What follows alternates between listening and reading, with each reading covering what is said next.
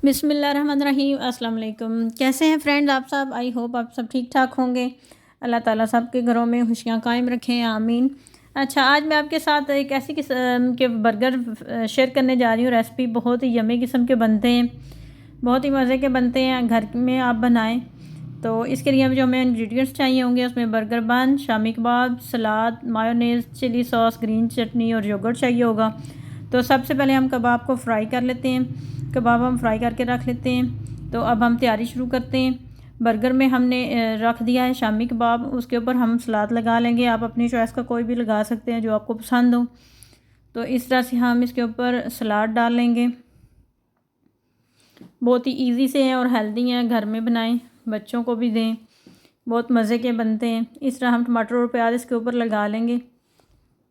और उसके बाद मैं इसके ऊपर डालूँगी ग्रीन चटनी। ये मैंने घर में बनाई है।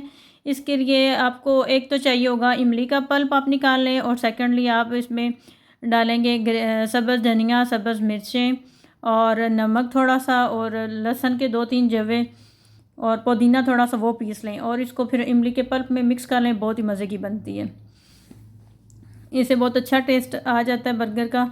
अब इसमें हम डालेंगे योगर्ट। योगर्ट हमने सादा लिया है, यानी कि दही। ये हमने नॉर्मली 1 टेबलस्पून इसमें डालेंगे। और उसके बाद हम इसमें ऐड करेंगे मायोनीज़। मायोनीज़ को हमने इस तरह से रेडी किया हुआ है कि इसके अंदर हमने डाला है नमक, काली मिर्च और बंद गोभी को बारीक चॉप करके वो हमने इसमें डाली हुई है। तो वो हमने इस तरह से मायोनीज़ को तैयार किया हुआ है। अब इसमें हम 2 टेबलस्पून तकरीबन मायोनीज़ डालेंगे।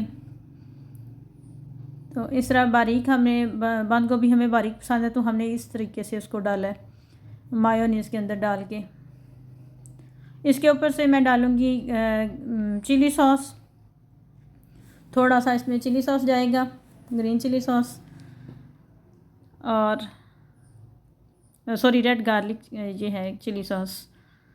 बस इसके ऊपर हम बन का दूसरा पीस रख देंगे।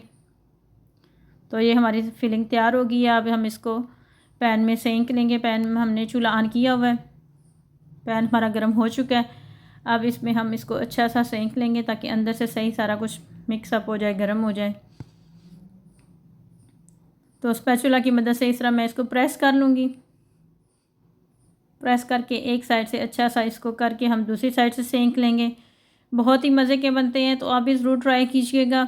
घर में बच्चों को भी बना के दें और कमेंट सेक्शन में बताइएगा कि आपके बर्गर कैसे बने। आई होप आप सबको बहुत पसंद आएंगे।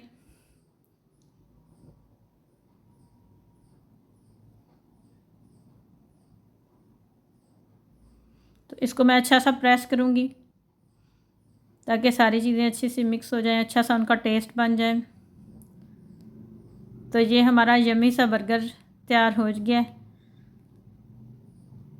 तो दुआओं में याद रखिएगा। मिलते हैं आपसे नेक्स्ट वीडियो में। अगर आपको ये मेरी वीडियो पसंद आई है तो प्लीज़ इसे लाइक करें, शेयर करें और मेरे चैनल को सब्सक्राइब करें।